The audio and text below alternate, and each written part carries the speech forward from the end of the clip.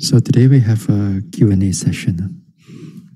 So before I start with the Q&A, this afternoon I came to know about a nun in Indonesia, Siale Arianyani, and she helped me.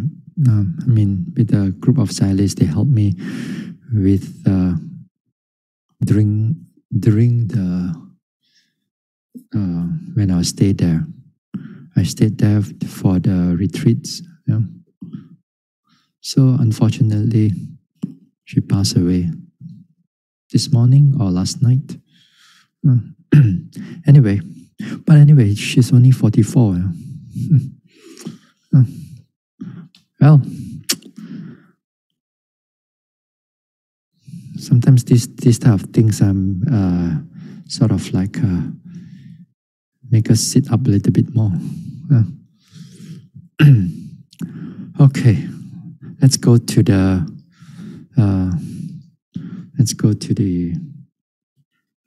wait, hold on.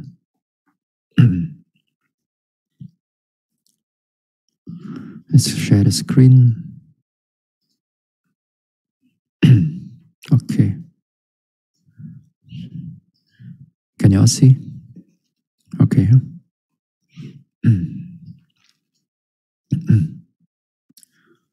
All right.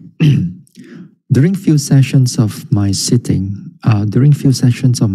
meditation this week, I noticed that there was movement on my face in between the nose and mouth region.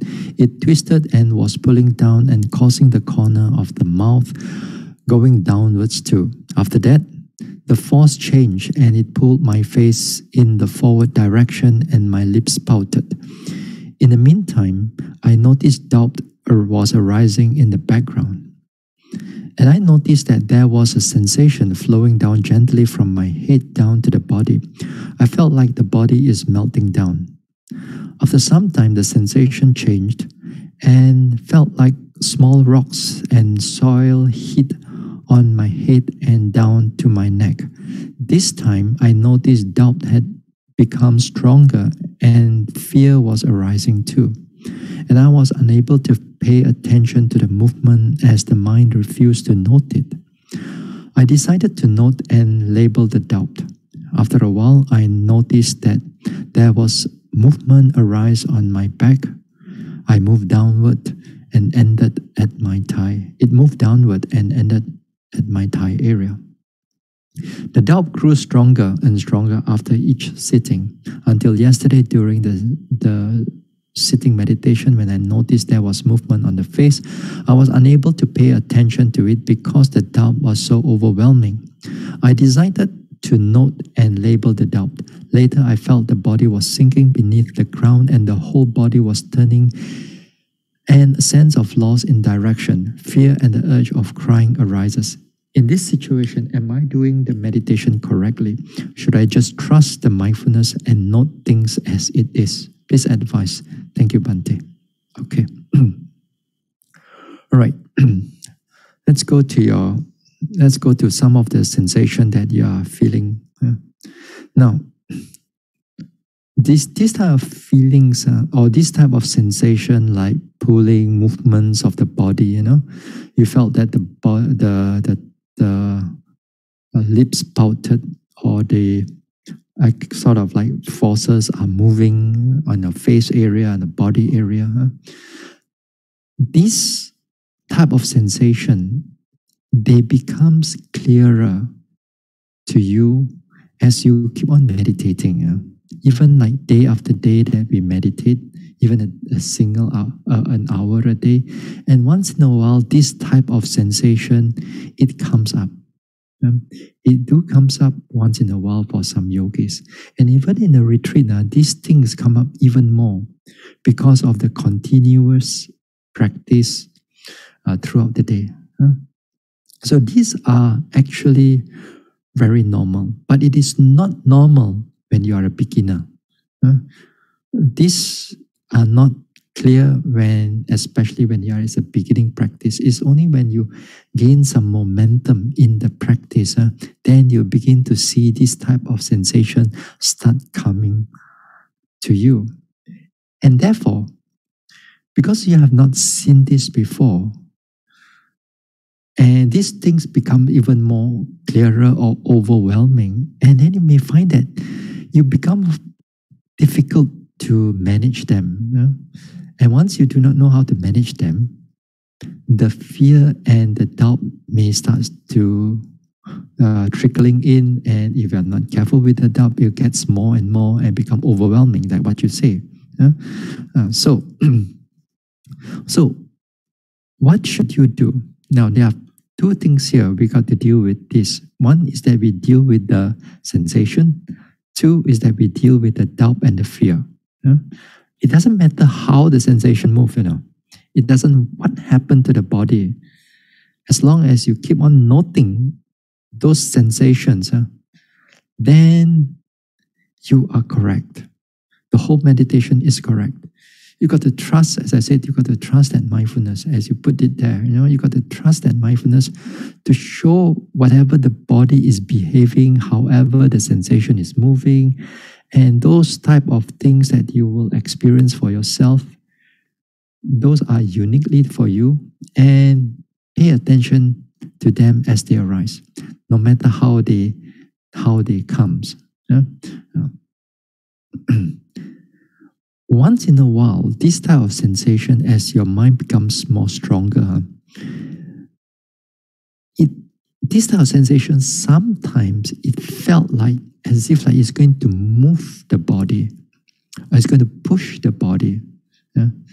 It may start off with something small, like your lips become pouted. There's a movement there. Sometimes for some yogis, the body starts to move left, right, or sometimes the fingers begin to twitch a little bit. Sometimes the sensations, bodily leg starts to move a little bit, pulling here and there. Some small sensation, some small movement will start to come up. Now, if this type of small movement, keep on noting it. Don't stop it yet. Don't worry. But sometimes this type of movement, if you are not careful, this thing become even stronger and it moves the body even more. When it moves the body, it becomes too much, and your mindfulness is not able to manage. You can still know them, but the mind is not easy the body is not settling down already at this time. If those things happen, that time you got to stop the body already. But this time your one is a small sensation here and there. It comes in like sometimes it's dukkha, sometimes it's unpleasant, yes, but you have to keep on paying attention to it. Now, if the doubt comes in or the fear comes in, like what you said right now, so this time we need to tackle and we need to manage that doubt also. So here, what you should do is that you put all those things, all those sensations aside, then you note doubt. And sometimes when you notice this doubt become even more stronger, more powerful, because these are hindrances, they are defilements. And because of that noting also, the defilements or the hindrances, sometimes it's overwhelming. The moment you stop the meditation, and then these hindrances become like very, very small. It is because of the nature of that mindfulness. It expands the object, whether it's defilement or whether it's sensation or whether it's rising, falling, right, in breath out breath. It expands it to become big. Therefore, it looks very clear. And when it's connected with defilements or hindrances, that also become very clear, very strong. So when it's strong, sometimes we thought that, so difficult for us to manage, but actually it's just expansion of the hindrances. Nevertheless, in the beginning part, it's difficult for us to handle with doubt. Yes, the urge, the fear arises, the urge of crying arises, and so on. So that one, keep on noting also. Keep noting the doubt. Really note the doubt, and so on. Now, in just in case, if it's just too overwhelming for that particular sitting and you cannot take it anymore, mindfulness also don't have much at that moment of time. Perhaps what you should do is to get up from that sitting. Get up from the sitting. If there is a place, then do a little bit of walking. Or if you don't have a place or don't have a space for you to do the walking, then you do some standing meditation. Do some standing meditation. Be aware of the whole body. Feel the whole body as a sensation from the head goes down to the neck, shoulders, down slowly to the stomach area, back area, buttock area, thigh area, leg area. And then slowly, a few times, you just go up and down, up and down. Now, if you can able to do that, then you rebuild the mindfulness again. Rebuild the mindfulness again. Then if the mindfulness comes back, you felt that you are more or less quite okay, then you go back to the sitting again. Or if you want to do the walking, similar thing also. Be aware of the right step, left step, lifting, pushing, dropping. When you're able to notice that, after you build up the mindfulness for a while, then after that, go back and do the sitting. And when you go back to do the sitting, don't expect that all this sensation will disappear. No, they will still come back because of that clarity. But this time, because of the mindfulness is there, you can able to manage the sensation better, and the doubts will be less. Once in a while, it will start coming in, but still can able to manage him. So it all depends. It all depends. Okay? So as long as you build up the mindfulness, then this type of doubt will slowly go away. Or the fear also will go away. It's just that sometimes when you sit down, we do not know how to re-arouse back the mindfulness again. Another way, perhaps during the sitting also, maybe if you don't want to get up yet, then forget about the sensation, forget about the doubt. Then bring the whole mind, see whether you can or not, bring the whole mind to aware of the whole body. Take the whole body as an object. Now this time you divert the attention to the whole body rather than the doubt or the very small sensation here and there. So you take up a bigger space, take up a bigger area of the object, then mindfulness come back again. Now, if you can do that, that will be good. So these are some of the things that sensation come in. Every yogi will see these type of things, and in the beginning part, sometimes it is not easy for yogis to handle those things because it is not familiar. The objects are not familiar. But when you get used to it, then okay already. Okay, all right. Next question. Okay. Bhante. Sometimes during the sitting, the body tilted slightly backwards. Then the noting became a bit difficult. The body experienced tension. Is it advisable to mindfully and slowly lean forward to ease the tension and continue noting? Or let it be and note the bodily tension, discomfort, and mental aversion? Okay, let's do number one first. All right. Now, these type of questions are when your body is moving, not moving. Sorry, this is not a continuous. This is tilted to sometimes to the backward. Sometimes some yogis tilted to the front. Some yogis tilted to the side. Now, this one, my instruction for this one, I have to see whether you are a beginner yogi or you already have some experience in meditation, in vipassana especially. Now, if you are a beginner yogi, then my instruction will ask you to straighten up. I'll ask you to straighten up and sit properly.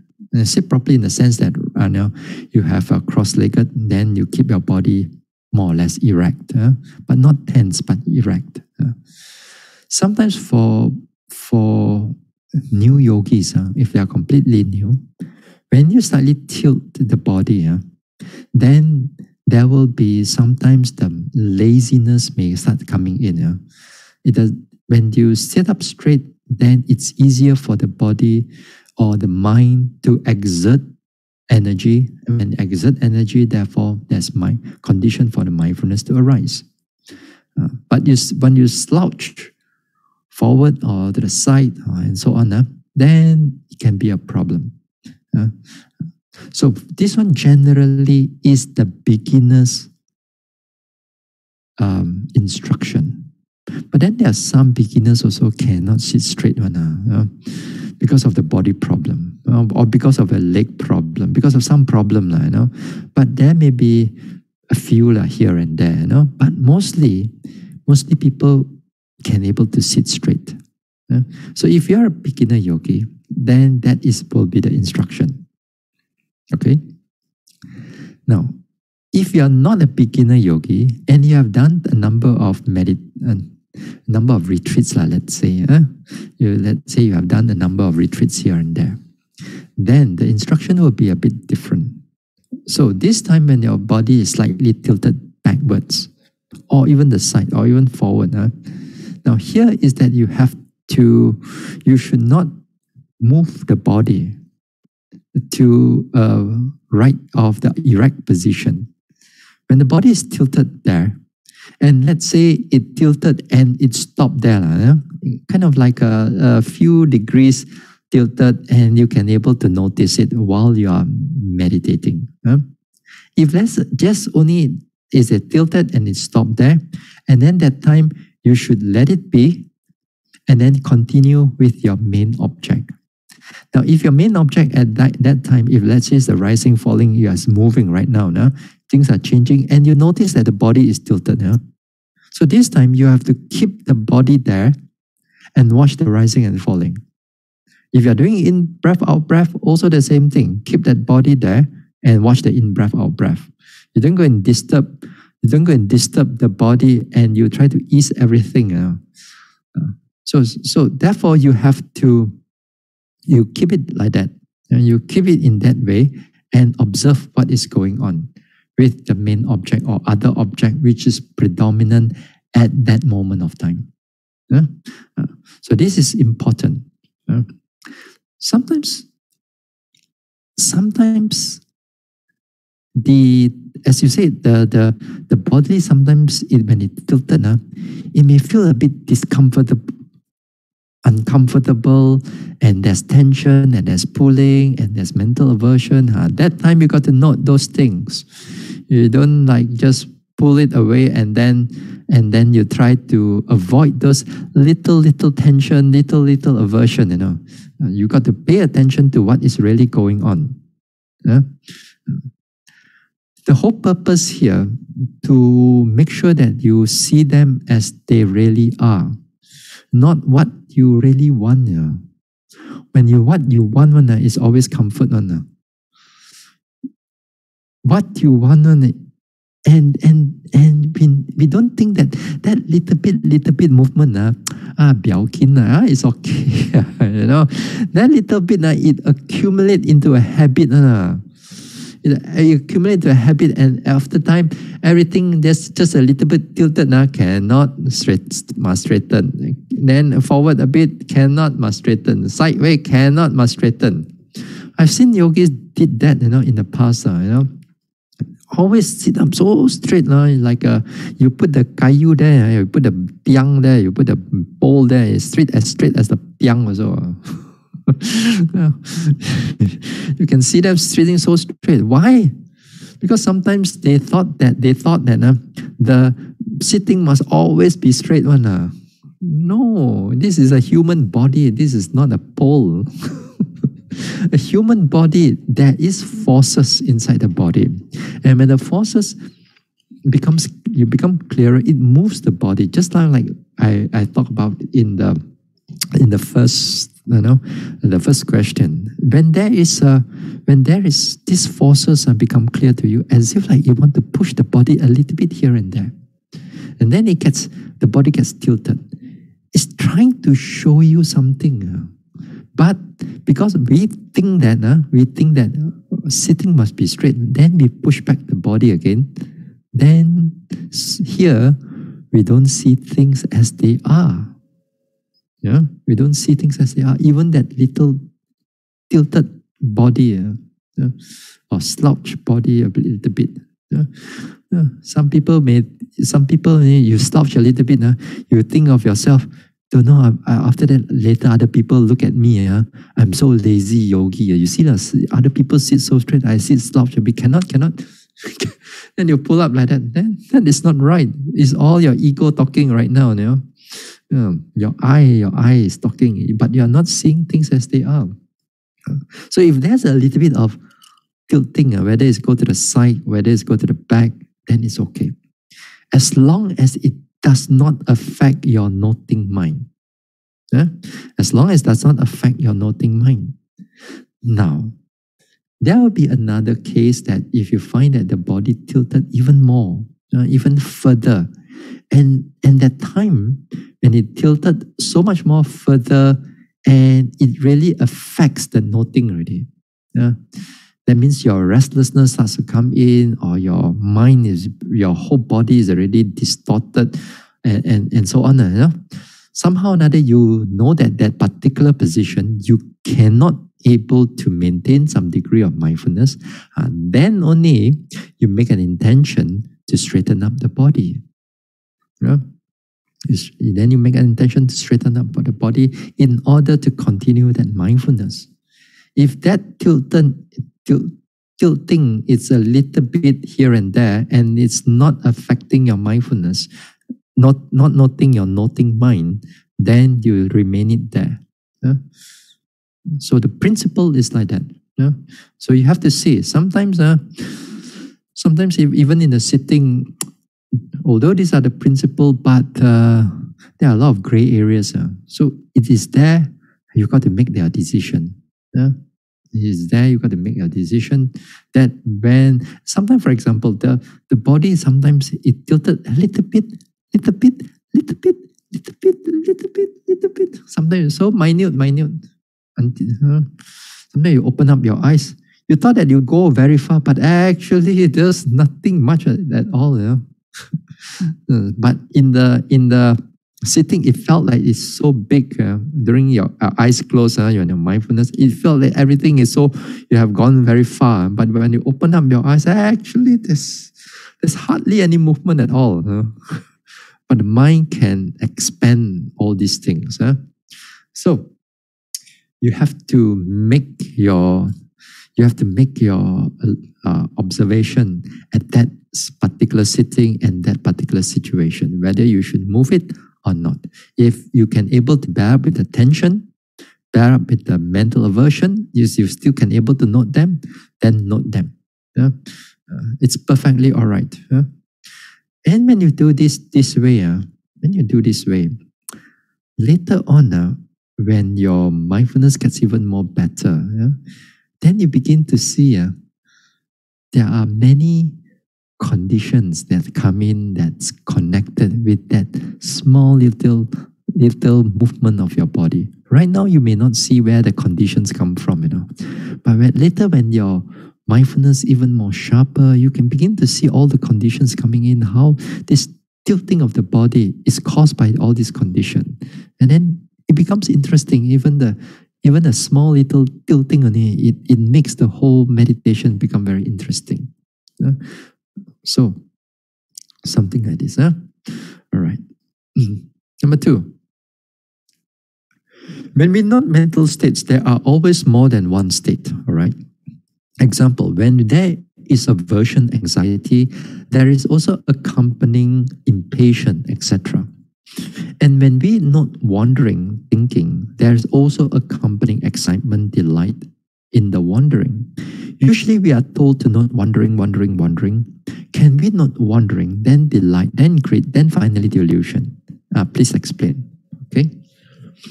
Now, it's true what you mentioned, that when there is a mental state, this mental state, they don't come in as one, they come in as a number of them, which is right, So, for example, when you are sitting, let's give you an example, a simple example. When you're sitting, then the pain comes up in the buttock area. Wow, very painful right now.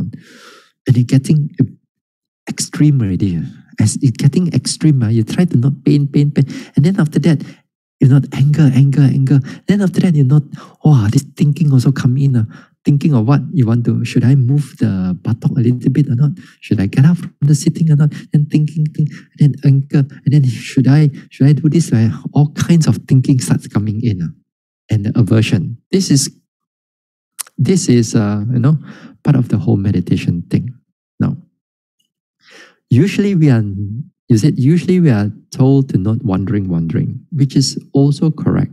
But the second one actually would be better. Then you see, when we are noting these mental states, and mental states changes even more faster than the body changing. The mind change even more faster. Now, for example, when you note this delight or you note this aversion, so initially, if the aversion is the prominent mental state, then you note it as it is, aversion. And after that, if it's changed to thinking or it changed to planning or what you want to do, then you note wandering. Then perhaps if there is a desire that arises, one thing that arises to get out from that sitting, to shift the leg away, to straighten up the leg, then you note desire. Because it depends on which prominent mental state is at that moment of time. Okay? And I said again, in the while we are meditating on it, this state of mind changes very fast. And then at times, our vocabulary, our labeling may not be as fast as the mind changes. May not be as fast as the mind changes. So sometimes we may not aversion that comes in. But the second one, we may not, we are not going to think about whether it is wandering or whether it's greed. We just note. Not. After that, some familiar one, we put a labeling again. After that, not a familiar one, we don't have to put a labeling. Yeah? Although you don't put a labeling there, but your stretch of the time while you're noting on the different states of mind, there is a continuity of noting, and you are noting the different aspect of the mental states, and you notice its changes also in a way, and this is good, although you may not able to label them. So here the mental states on if you can remember, so be it. It's good. If you cannot remember, don't try to think about the vocabulary or that labeling and then try to pinpoint. Because by the time you think about it, you try to pinpoint, the mind changes another one already. So you got to think again. So that one you got to, if you can, sometimes just put it aside of too much of a thinking and just not like wandering. And then if after a while you do not know what is the name for it, you just not. And then after that, this is anger. Then after that, another one, you do not know what is it, just not. It's perfectly all right. So here, if you don't have to you go through not wandering, then delight, then greed, then finally delusion, because they don't happen that way. They happen in many different ways, like what you mentioned here. And finally, the delusion part, you cannot notice them because first of all, they are not there. No, sorry. They are there, but they are always invisible. And I said this delusion is always at the behind. What is in front is the aversion. What is in front is the delight. What is in front is the restless mind, the wandering mind or the delighting mind. These are the front. But the behind is always that delusion. But we cannot see the delusion. So don't worry about the delusion. You deal with one defilement. And if that particular defilement over, that means the delusion is also, by default, is also over for that period of time. As long as that mindfulness is there. So don't worry about just one way of doing it. The mind changes very fast, and you notice them as they arises. Sometimes with labeling, sometimes without labeling. Okay. Third one. Interesting. To overcome sleepiness during walking, can we apply different method? For example, walking backwards, if it works. Is this okay in principle? Walking backwards, okay. All right. In principle, it's okay in principle. But when you do it, it all depends. Now, this one also, I've done it a number of times or so. Not to say, I wouldn't say yes or no yet. Let me tell you my experience first. I've done it this one also. And it works. It's really worked for sleepiness. I can guarantee you that. I mean, for me at least. It's helpful. But the thing is that when I do it, there's nobody around me. There's nobody around me. I'm alone in that hall, and I do it occasionally when the sleepiness is heavy. When it's heavy and it's persistent for a period of time, then walking backwards. You try to be mindful with the walking, and then it's quite helpful. Okay? And I say it works. But as I said, this one, when you do it, when you are alone, which is good. But if you are meditating with other people, it's not that other people thinking of you, but other people, other yogis may come and disturb you. Hey, are you okay or not?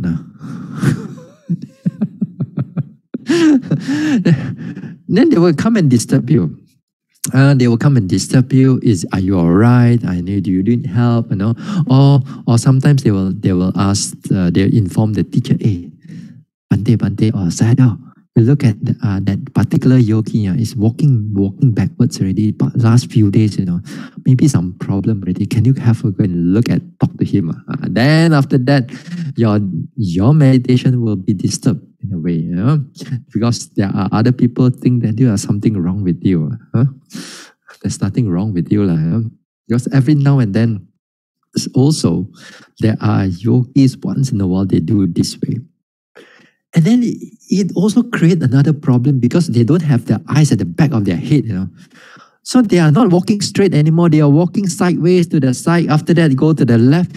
Then while other people are walking, they're going to cut into their lane, Then they go into other people's lane and then they kacau people, disturbing. Then other yogis now will be walk, looking at it. Hey, coming already. You see, he's doing it again.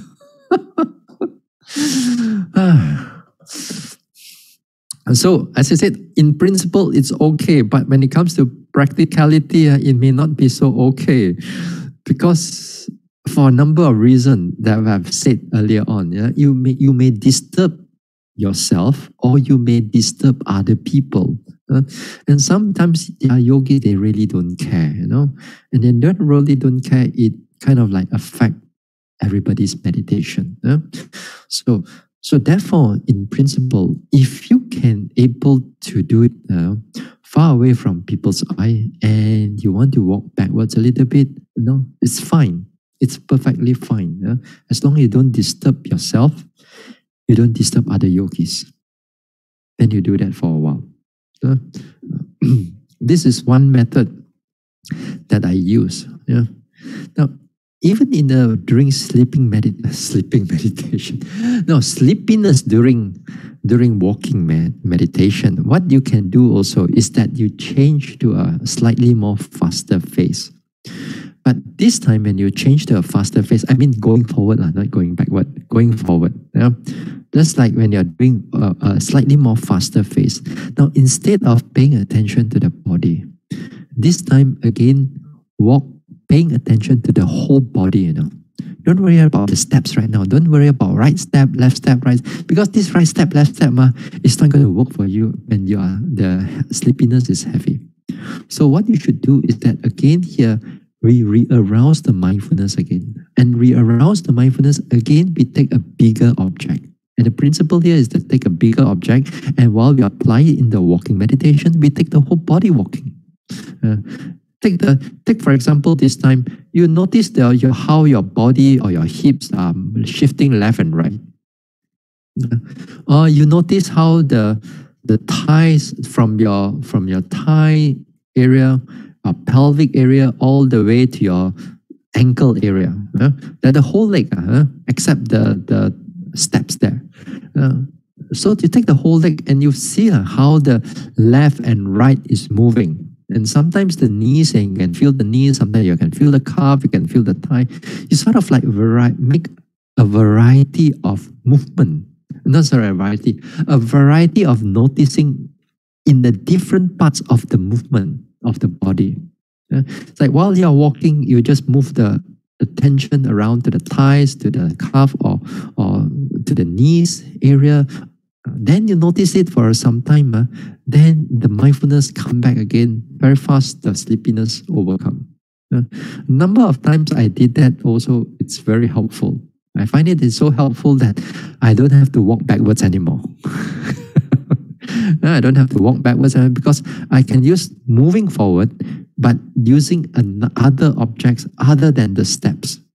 And it's very helpful.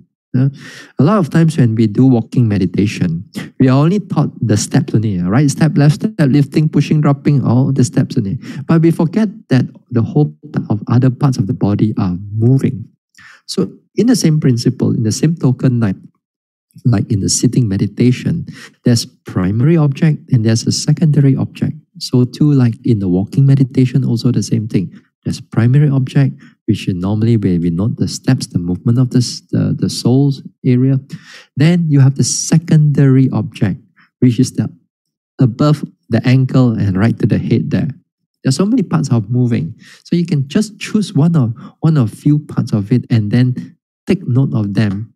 Then the mindfulness comes up very quickly. And then that time you can overcome the sleepiness. Not only just sleepiness, actually with the aversion or with the restless mind, with all the hindrances, including the doubt, which is connected with the first question earlier on. Yeah. So something like that. Okay, in principle. All right. This is the third. Okay, then as we go to the next question. Next question, perhaps I'm going to have a hard time to answer. Okay. Bhante, number one. What is the purpose of life? How do we need to make use of this life and for a better future life? Okay. All right. Number two. During listening to Bhante's Dhamma talk, I have no patience and anger arose. I wish to tell Bhante, by body, speech, and mind, if I have done wrong intentionally or unintentionally, please Bhante forgive me. Thanks, Sadhu. All right. Okay, for the number two, apology accepted. No problem. Yeah. And also, if I have to speak anything that is offensive to any one of you, then also I ask for forgiveness too. But then just talk about this forgiveness a little bit. Sorry, this forgiveness, being sorry and so on, of something we have done wrong. Different culture have different way of expressing this thing, and especially we are as the monk. I think a few years ago, when I went to Burma, this trip, together with Sayadaw Nyanaponika, the late Sayadaw Nyanaponika. Yeah? And then, on a certain occasion, I knocked something down, and then I said sorry. I mean, it just naturally come out from us to say sorry. I apologize for the blunder, for the accidental knocking of the things down, and the devotee, the Burmese devotee, says, Bhante, monks are not supposed to say, you cannot say apology to the lay people. Monks cannot say sorry to the lay people. Yeah. I'm not sure whether this is anything to do with the Vinaya or not, but so far I have not read it. But then again, with this type of culture, with this type of Burmese culture, with the, when they place monks in a very high position, then when you say, sometimes you say sorry, you kind of like you bring yourself down to the lay people's level, So to them, this is unacceptable. Monks, or this one is always on the top, like on the pedestal like that. You got to put them on the pedestal like that. But of course, it is good and bad now, in that culture. Anyway, just to give you a bit of these things. But to me, I'm not that type of thinking. Anyway, this is on number 2. Okay, let's go back to number 1. What is the purpose of life? How do we make use of this life for a better future life? I mean, this question is going to be a bit difficult for me when you ask me what is the purpose of life. For all of us, or many people in this world, and then their purpose of life is very different. You see, when you ask me how to make use of this life for a better future life, my question is, my question will be how to make use of this life so that I do not have a future life, that will be my question. I'm more concerned of that, so that we don't have a future life. So what should I do in this life? That will be my purpose. That would be my purpose, And for you, it can be like, oh no, that cannot be.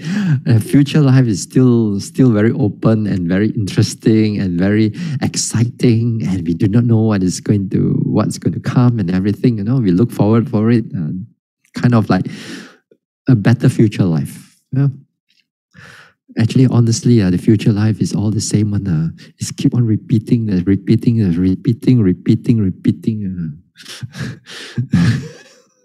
Whether you like it or not, it's all keep on repetition again and again.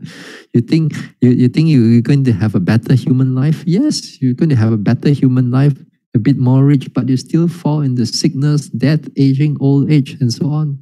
You think you go to a Deva plane, the Deva realm, and then you play, and then after that you come back again, you're reborn in an animal, then you suffer. You come back the same thing on a future life. So to me, I don't think of those things. But of course, with my understanding and your understanding, maybe we are all different, and we can accept that. Yeah? Now, these type of questions, last time, many years ago, before I was a monk, and that time, a Reverend Visuddhachara, if some of you may have known him, and right now he's no more a monk, he's in Europe right now. And when he's staying up in the hill, I met with my another friend, which is a kapiya for me, Brother Tan Ket Ho, but he also passed away.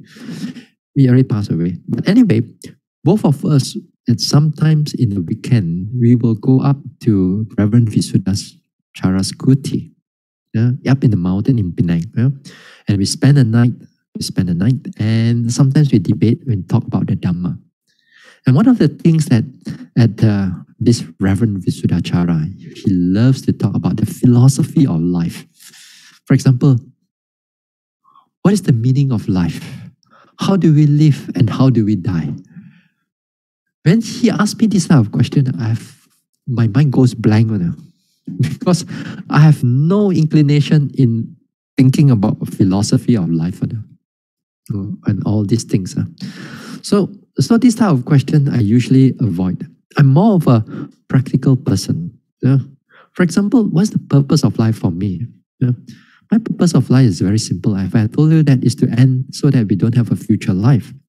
Then when I have that purpose, then what do I do with it? Then it all comes down with the Buddha's Dhammapada of avoid evil, do good, purify the mind. In a nutshell, we do that.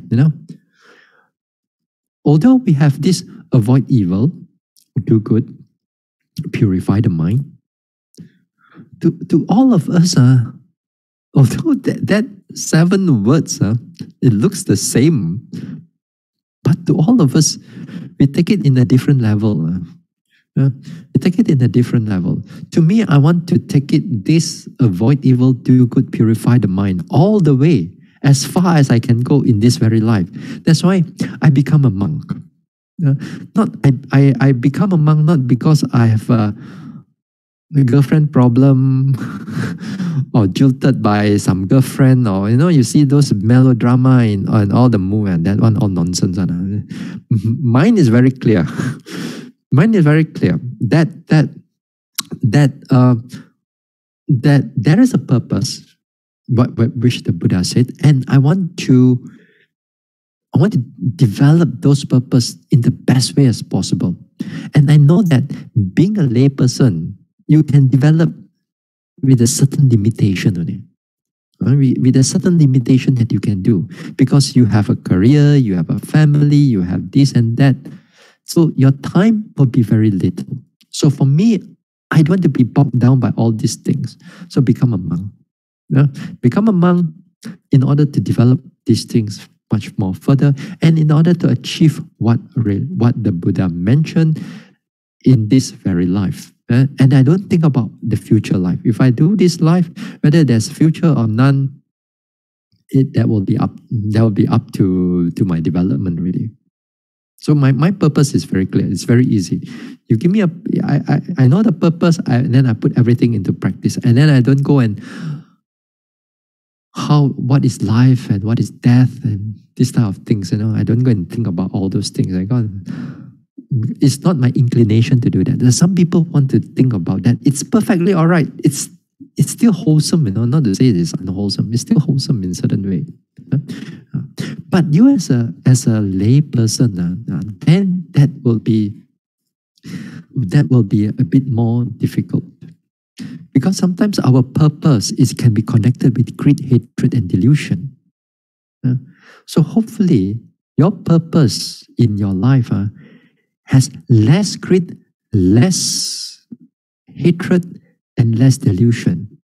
I do not know what you want in life, but whatever that you want in life, make sure that purpose has less greed, less hatred, less delusion. And then you have a clearer understanding of life.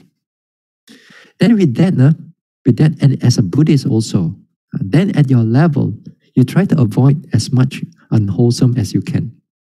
And then you develop a more and more wholesome deeds as much as you can. And then also at the same time, when there's time, purify the mind. That means go into a meditation. If not, we can talk and talk and talk and talk. Then it will not be this one. It will not be. Concrete now. So the thing is that you got to put it into practice.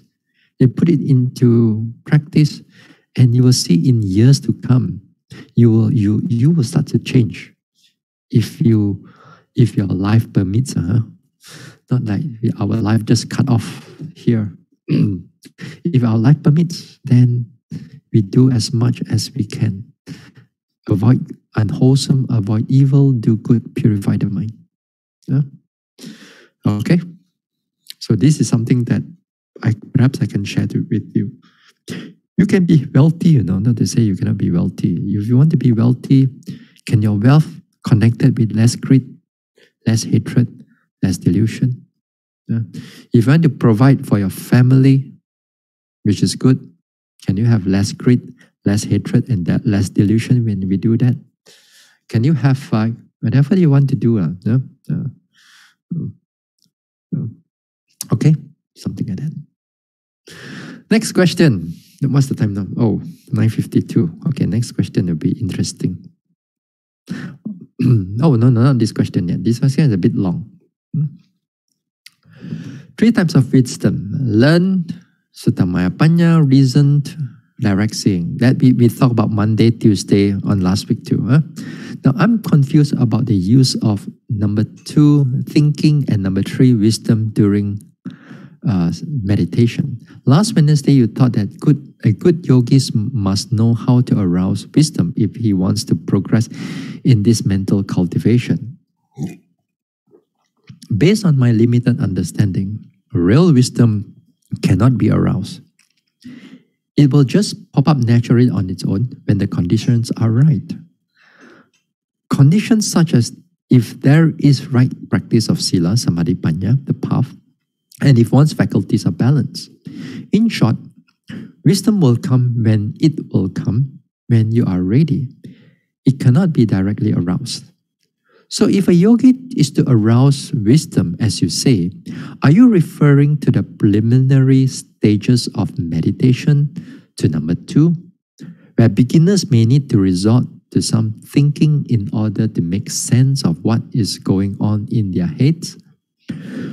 As a beginner yogi, I feel that this is a case with me, but I do not know whether this is correct. Okay, let's go back to number 1. All right. Now, understand. Okay. Now, your question here is that you're confused between number 2 and the 3, which is not only you, but many people also confused.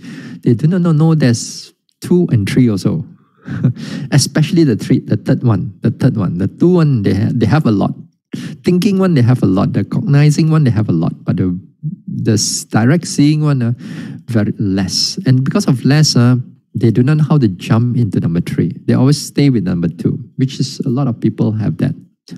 Now, your question is based on my limited understanding. Real wisdom cannot be aroused. It will just be pop up naturally on its own when the condition is right. The condition as such as this and this and this, okay? In short, wisdom will come when it will come, only when you're ready. It cannot be aroused. You are actually contradicting yourself. You say that wisdom cannot be aroused, and you say that when the conditions are right, then it will come. Okay? You are contradicting. Do you know that in a way that you are contradicting yourself? The whole purpose not the whole purpose. When I talk about the wisdom and how to arouse this wisdom, as I said, when we arouse this wisdom, is that we set the condition for it to be right now.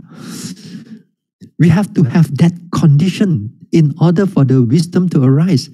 Of course, it will not pop up, just sit there and you do nothing and then pop, everything come up. No, cannot. All the wholesome faculties needs its condition. Even mindfulness also needs the condition. All right? The mindfulness also needs its condition for it to arise. So too, this wisdom factor also the same thing. It needs its condition. And we got to make as much of that condition to be right in order to arouse it. Therefore, as I said, you need to slow down. You need to slow down. This is one of the conditions. You need to keep quiet. You don't get involved in the electronics things, or on Wednesday I said you'll be away from your loved ones. These are conditions. This is some of the conditions. Okay? Of course, I also I mean, this is still under Noble Eightfold Path. We expect that the Sila, Samadhi, and all those, the Sila thing you have done already, you know.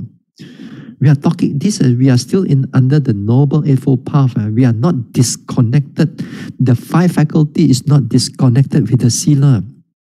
Although I didn't mention those things, because if I keep on mentioning those things, then it become jumbled up, and then you do not know the understanding of the faculty. So I put away the Sila for the time being in order to discuss on the faculty, in order to discuss on that wisdom. But does not mean that in the big picture, we disconnect the whole Sila. You know, it's part of the whole connection. It's part of the whole Samadhi too. So therefore, when the wisdom to arise, you need the faculty to be balanced. And the faculty to be balanced, you need to keep on right step, left step, lifting, pushing, dropping, rising, falling, in breath, out breath, not. Then these are the condition. If you don't do that, when is the condition is going to come? You don't put in the effort, when is going to come? Real wisdom cannot be aroused. No, real wisdom can be aroused if you know the way. And the ways here is being taught by the Buddha. And with the thought by the Buddha, in principle, we put it into practice with our understanding, with our experience, we share it with all of you. And it can be aroused. It's not to say that it cannot be aroused. You are saying it correct. You need the right conditions. The right conditions, that means you've got to make the effort, you've got to do this, so many things. Then the real wisdom, it arises. This paragraph also, there are people that I met many years ago, 20 over years in a kind of like in a discussion, online discussion, you know. Not of course there's no Zoom. This is only typing down, you know, to and fro. There are people with Abhidhamma knowledge.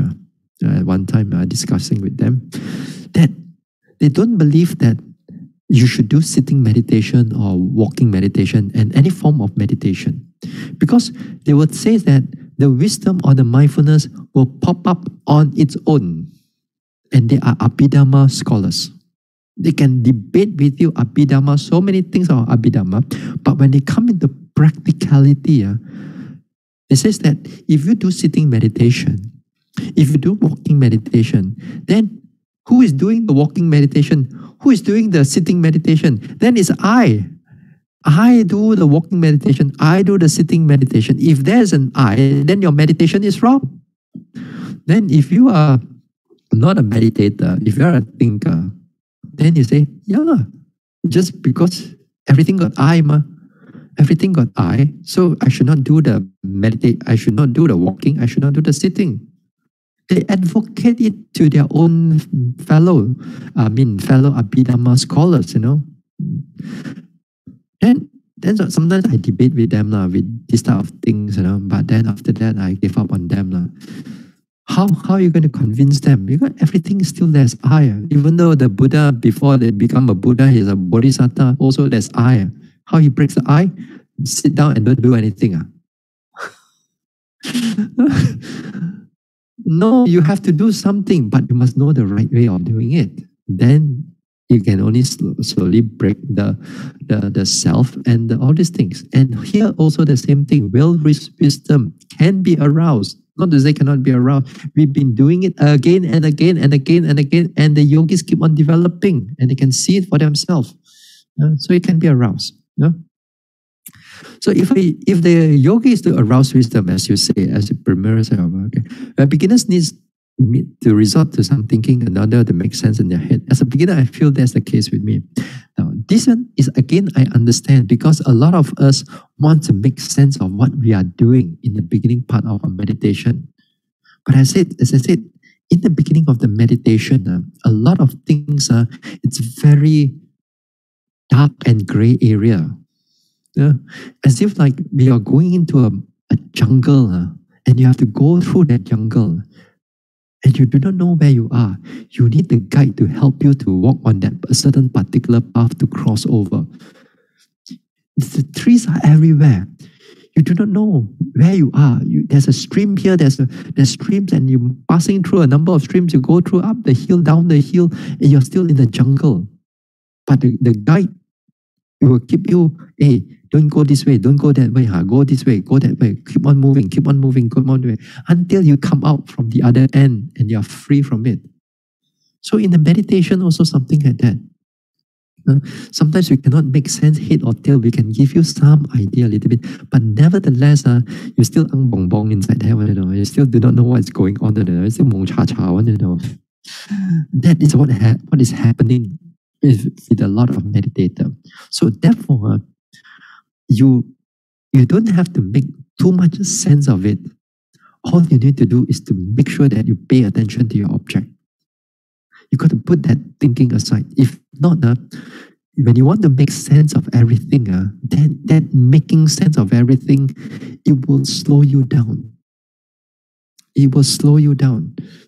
This paragraph, this problem,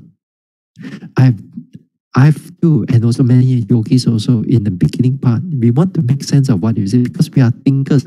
We want to think, we want to know. But again, I have to trust. I keep on trusting the teacher to develop, to put in the mindfulness, to put in the effort, to put in, and then as it develops, things getting clearer and clearer. So here in the beginning part, here the thinking, you got to put it aside a little bit. You got to put it aside a little bit. Only when you keep on paying attention to what is going on, then it really comes in. I know there's a lot of questions there. I know. You got to put that question aside. You got to trust the noting there.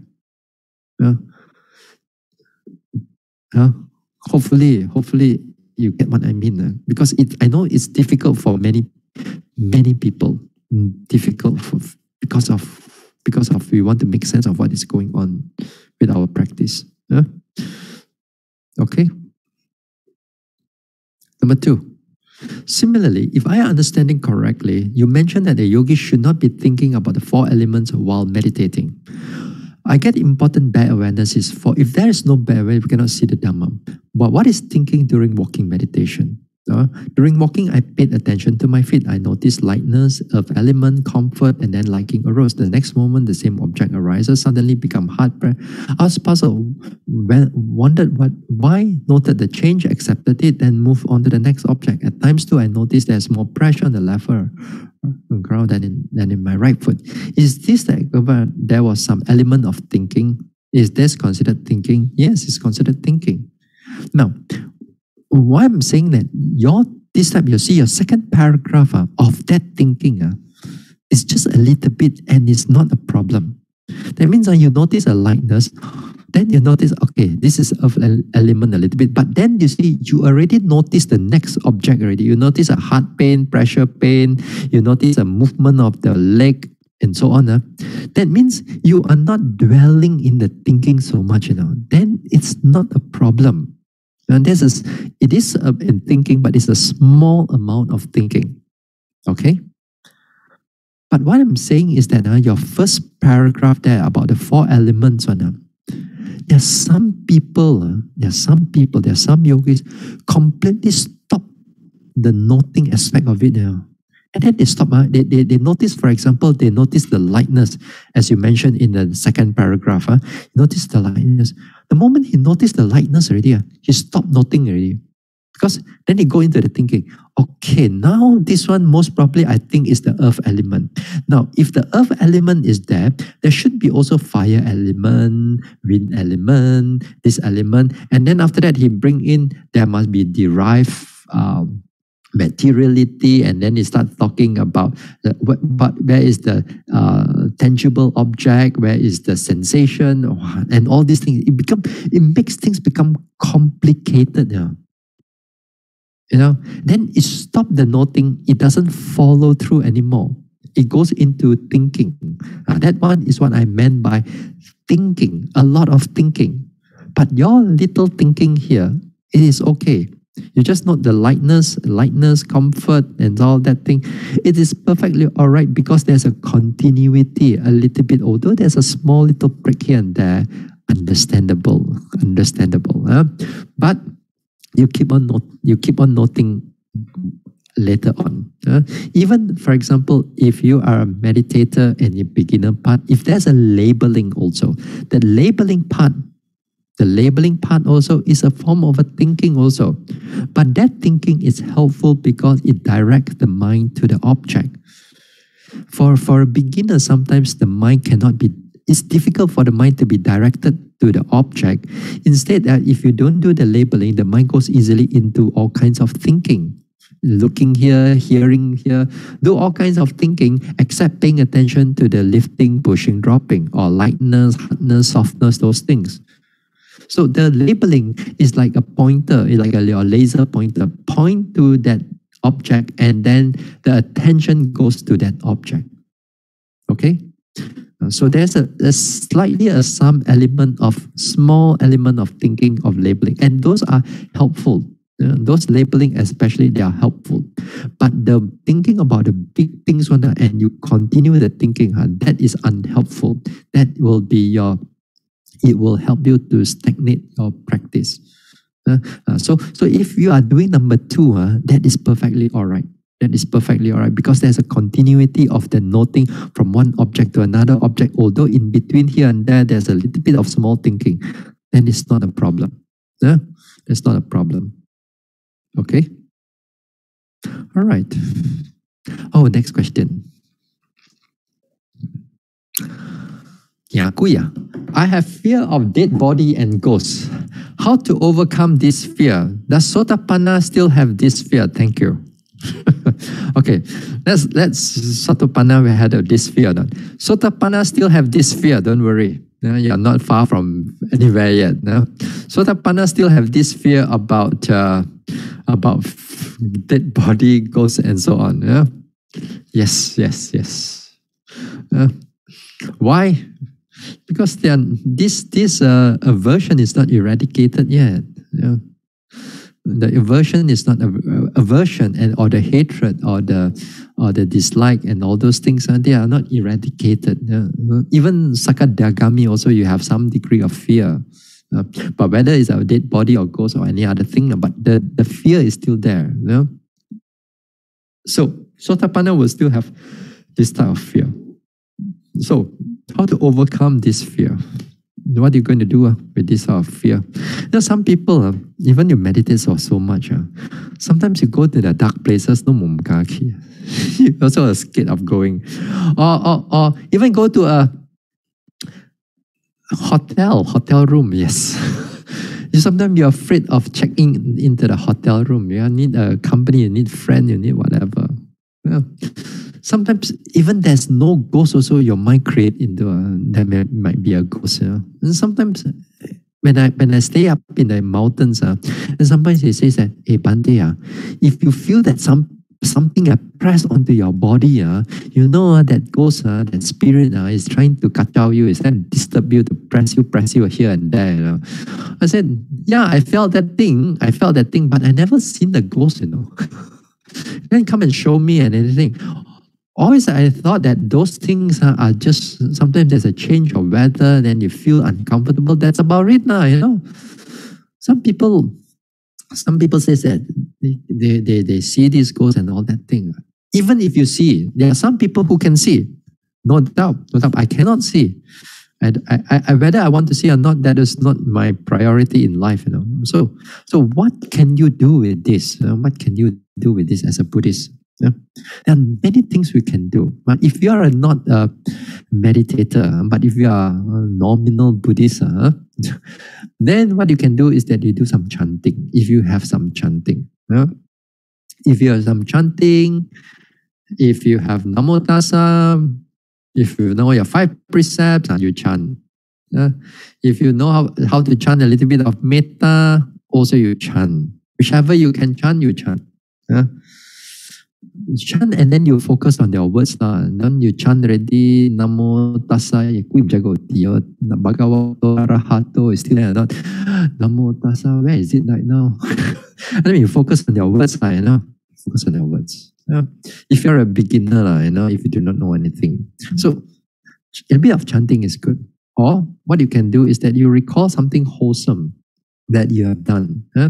You have done like offering that you have done, and non-killing precept that you have kept, and so on. Then here after that, you share some merits with the spirits and the dead body or the person who already passed away. Or if the spirits is there and so on, then we take note of it as it's just another being. It can be another being that is still in the state of suffering. And sometimes we go into their place, and then what we do is that we share merits with them. For example, when I go I go for walks and so on. Every time I go for walks, I talk to them, when there's nobody around. Then I talk to the beings. I'm just passing through only. I'm not harming the plants. I'm not harming the animals. I'm just passing through for the sake of exercise only. And may all of us be well and happy over here. May all of you be well and happy. As I walk, sometimes I do these things. I do a lot of metta whenever I go for this. Not because I fear them, Not because I fear them. Because I come into their place. I'm using their place. I have to acknowledge that this is not my place. This is their place. They have been living there for a long, long period of time. I'm just passing through only. Sometimes we thought that the mountains is all us. We forget this is not our place. So we share the merits with them. We share our understanding with them. So dead bodies, sometimes, for example, when there's dead body, what we can do, another thing is that we can reflect on the dead body. Instead of fear the dead body, we reflect in such a way that this dead body, finally, it's going to be, I am going to be like this too. Whenever we go to like a funeral, a funeral, when we see the corpse or in a coffin, so it is dead body. Then we say that we are going to be like that too. And or sometimes we see a dead animal. Sometimes I walk, I see a dead snake, dead animal here and there. Then I say, yes, this thing also I'll be. I'm going to be like that too. Wherever or sometimes wherever I wish them, wherever they have been reborn, hopefully may they reborn in a better place of existence. May they be happy wherever they are. I share my wholesome good thoughts with them instead of drowning in the fear or drowning into the unknown. So I don't do all these type of things. Some people want to overcome this fear with amulets or some Buddha rupa and all that. To me, I don't need to do that. But for some of you all, you may want to do that. Perhaps it is appropriate. To me, it is not necessary at all. So it depends on each and every one of us. But it will be good when you want to overcome this type of fear or any form of fear. Use a wholesome mental state rather than rely on something or some tangible thing. Rely on something wholesome. Like metta or sharing of merits or chanting or reciting the Dhamma or recalling our wholesome deeds or recalling our sila. These type of things, when you do, then whichever type of fear in the future, it becomes much less, and later on you can able to accept them as they are. Spirits ghosts. If you come to the hotel room, you go in the dark places, there's no fear because there's a mind of wholesomeness is there. Yeah. All right, that's it for tonight. Any more? Nothing. That's it. Okay. All right.